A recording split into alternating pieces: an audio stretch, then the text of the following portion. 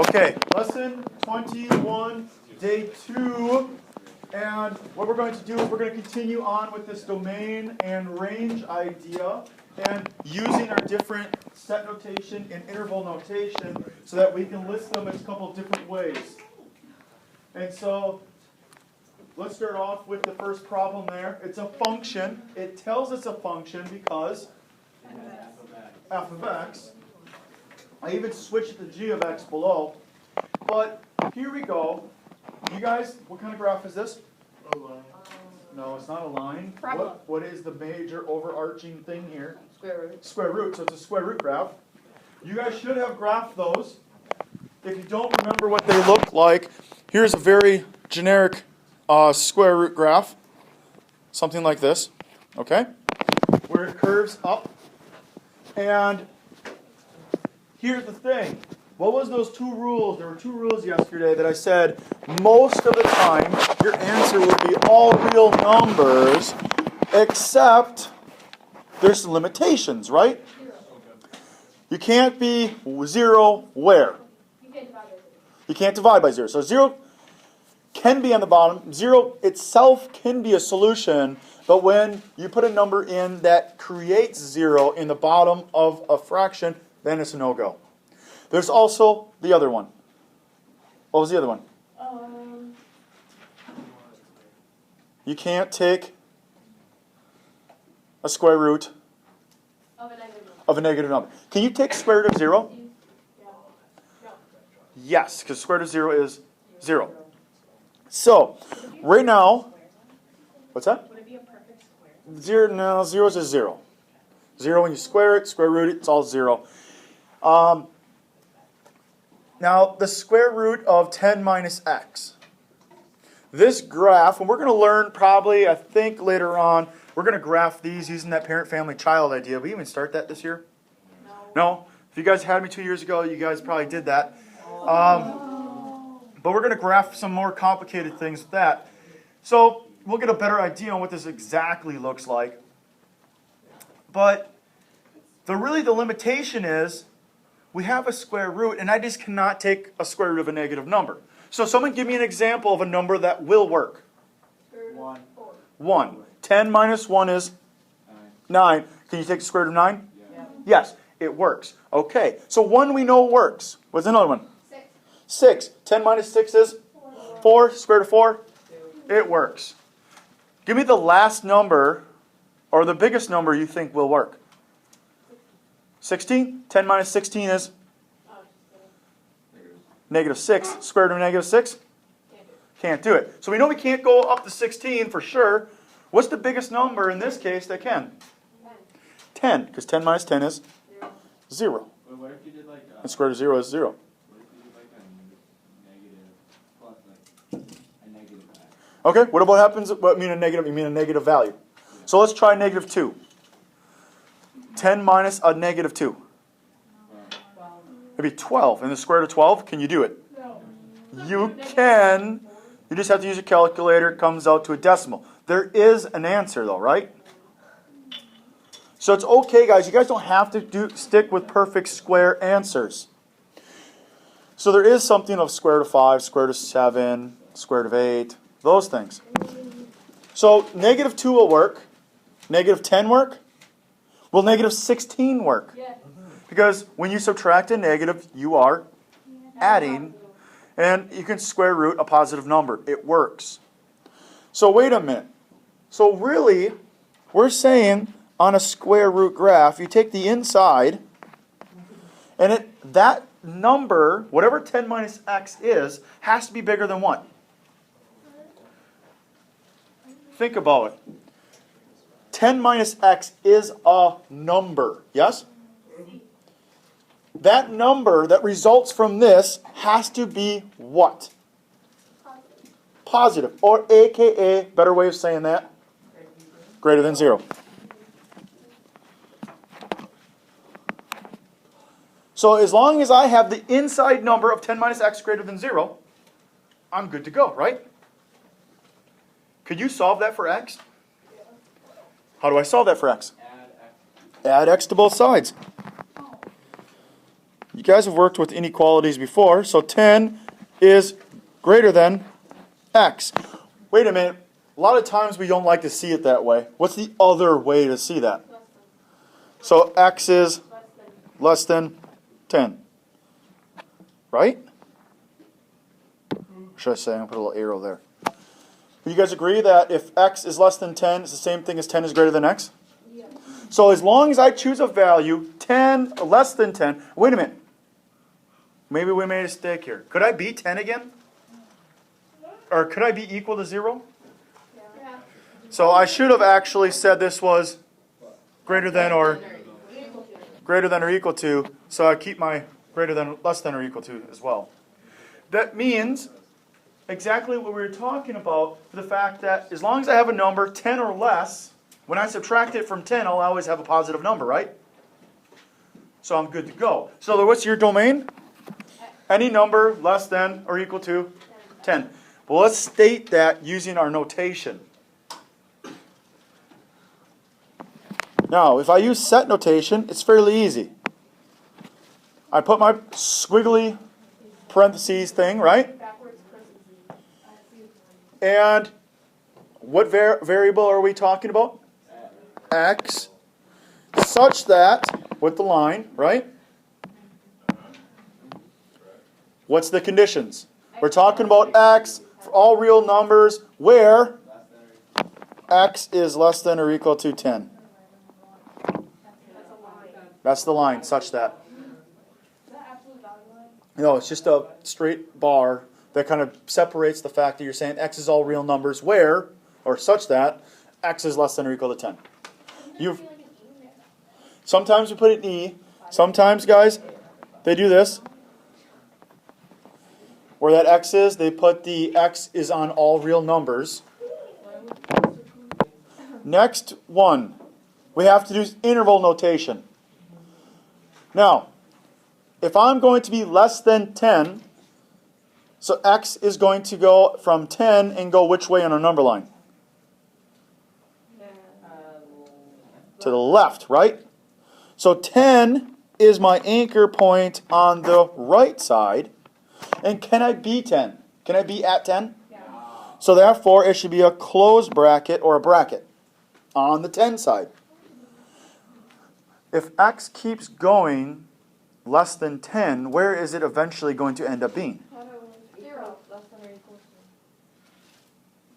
Yes, it's less than or equal to, so it's equal to 10. That's fine. That's why I have a closed bracket. But it's going to keep going to the negative side, right? How far? 10. Forever. And we go forever, we say to infinity, but infinity on that side is called, well, that's kind of a bad infinity sign. Negative infinity. And can you really actually ever be at infinity? We talked about this yesterday. No. So it's a parentheses. That is set or interval notation for the answer of all solutions for the domain come from negative infinity all the way, including 10. To the left of the number line. To negative infinity. Negative numbers. How do you know what side to put it on? The next one is g of x is 1 over x minus 2. This one is a hyperbola. You guys should have dealt with that last year in your conics area. But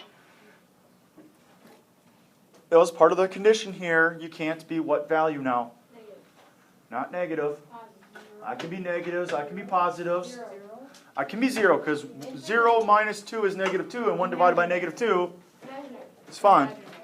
It's not imaginary because I'm not taking a square root. In this problem, I'm just dividing. Can you divide by a negative number? Yeah. Can you divide by a positive number? Yeah. Yes, but you can't divide by 0. What makes the bottom equal 0? 2. 2. So my answer would be x such that x can equal 2? No. Can't equal 2. X can be all the real numbers, anything it wants to be, but it just can't be x equal 2. Because 2 minus 2 is 0, and you'd have 1 divided by 0.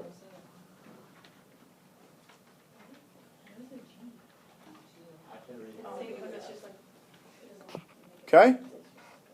So you could have like x of x. Yeah. X of x. This one, if you guys were to graph this, you guys would have an open dot at 2, and it would actually go in both directions. Would you guys agree with this? It's all the numbers but that one.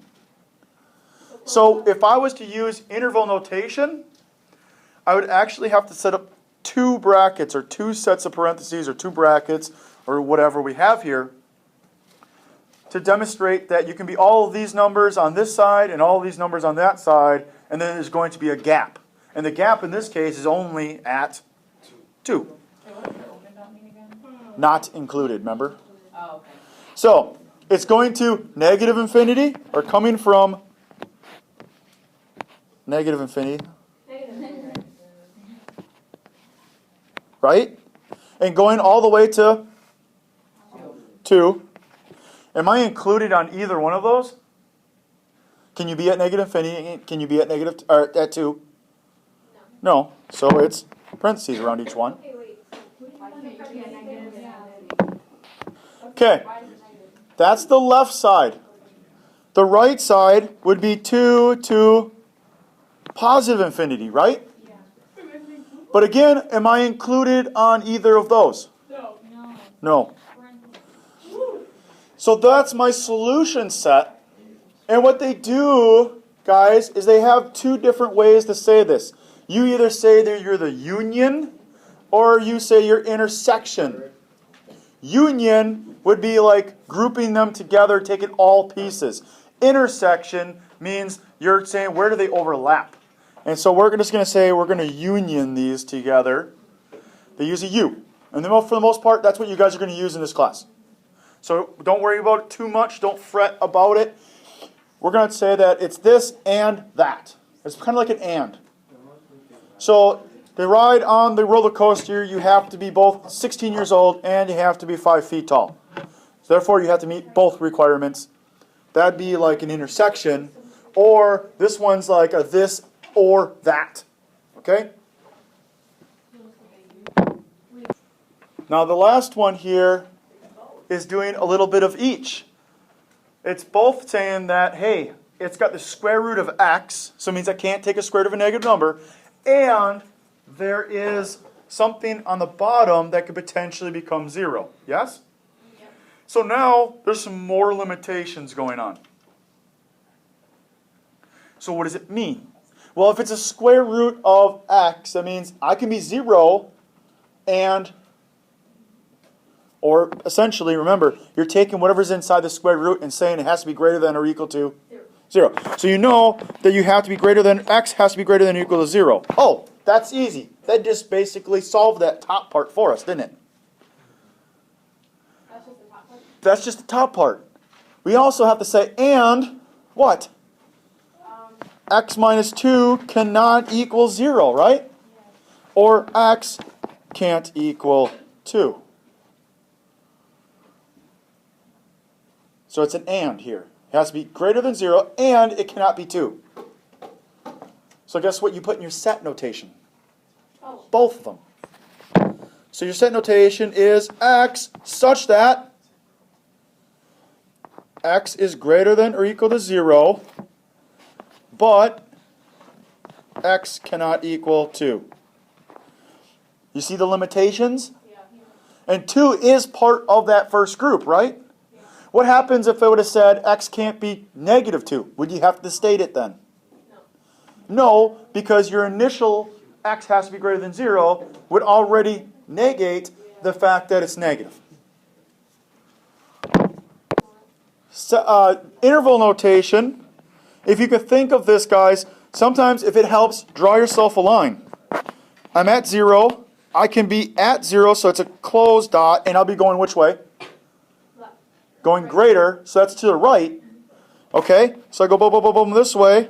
But then you're all sudden like, wait a minute, but I can't be 2, so I put an open dot at 2. Yes? So that means the graph or the solution starts at 0 and it stops at 2, jumps Listen, guys. Who is that? So, before we got interrupted there, restarting. We're going to start at 2. We're going to go all the way up to or 0. Sorry, start at 0. We're going to walk up to 2, and we have to stop. We jump over 2, and then we continue on to positive infinity. We are at 0, we're not at 2, and we're going to go to positive infinity, but you will never actually reach it. So therefore, you know it's a closed bracket at 0, yes? Because we can be there, comma, 2. Can we be at 2? No. So it becomes a parentheses. We're going to start another parentheses because, again, I'm jumping over 2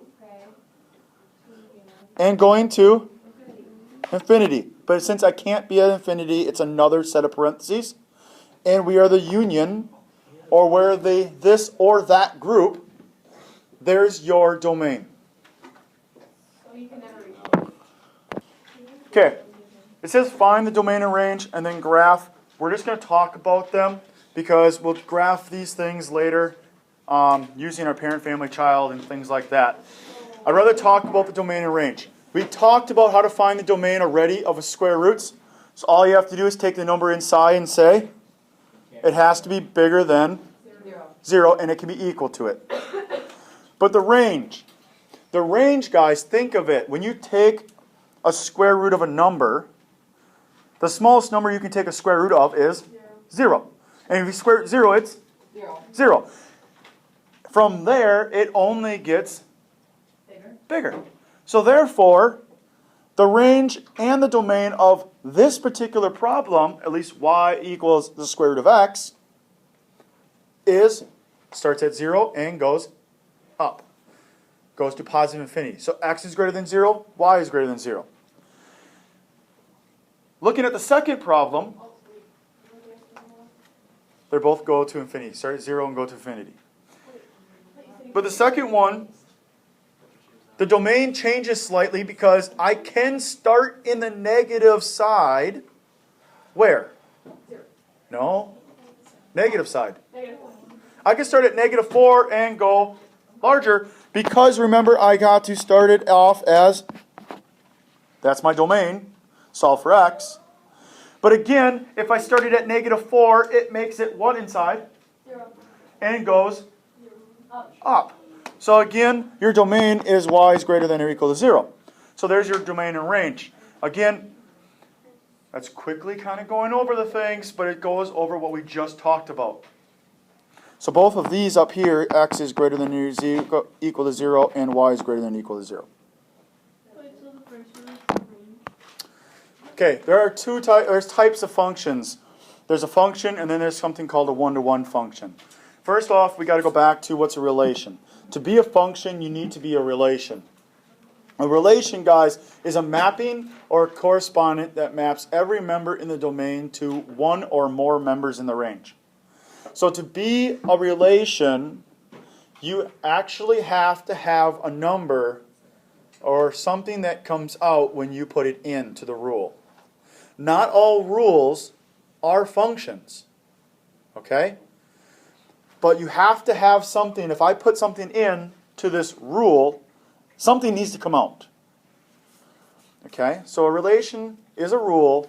It's a mapping or a correspondence that every member that goes in will have something that comes out.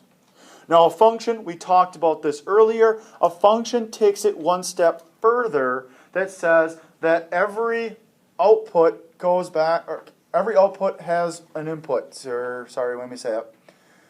That there is one output for every input. And that's why this says a single unique output for each of their inputs. So therefore, if I put 5 in and it goes to 6, 5 will always go to 6 and nothing else.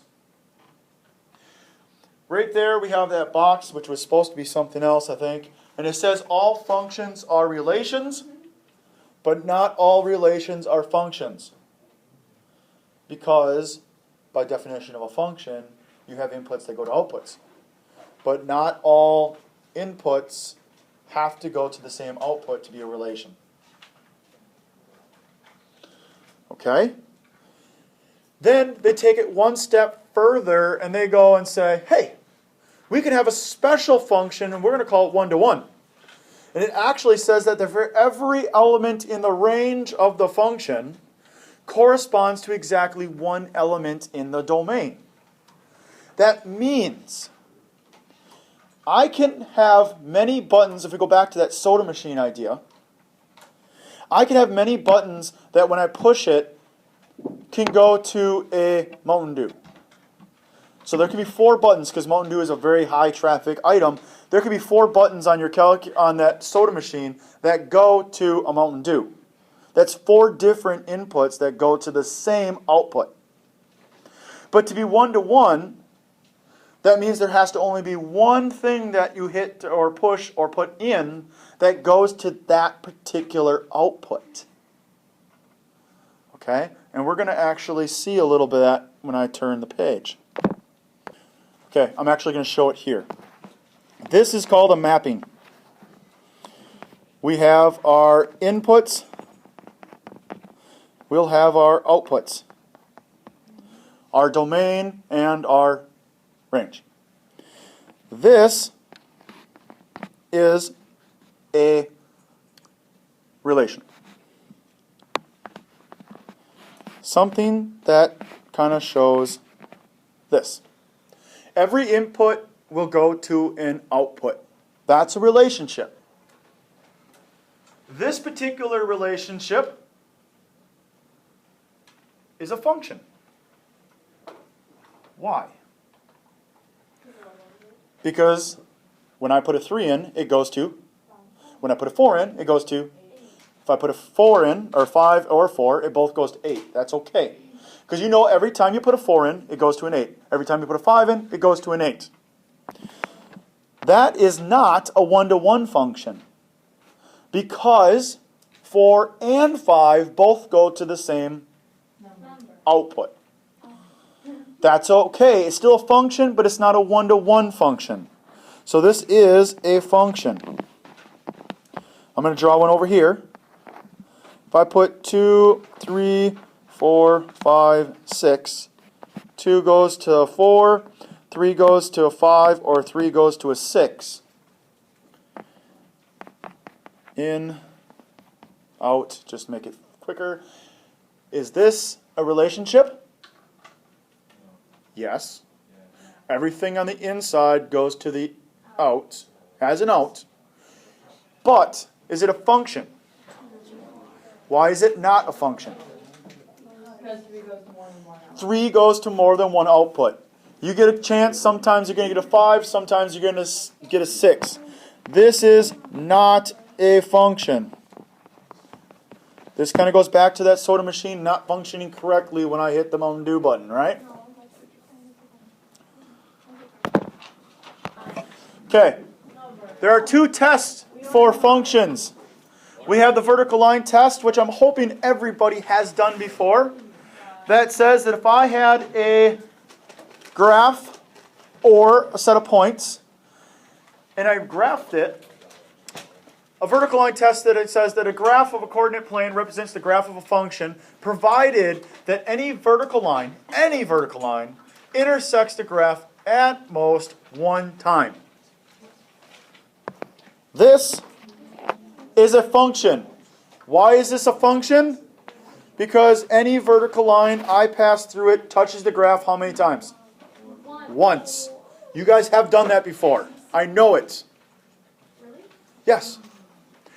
Horizontal line, though, a horizontal line test will take, if it's a function, so number 1, it has to pass that test already. And it says that if I take a horizontal line and I'm able to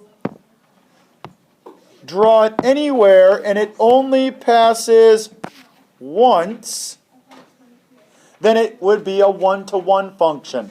Is this a one-to-one function on the graph already? No. Because 1, 2, 3 times. So this is a function, not one-to-one.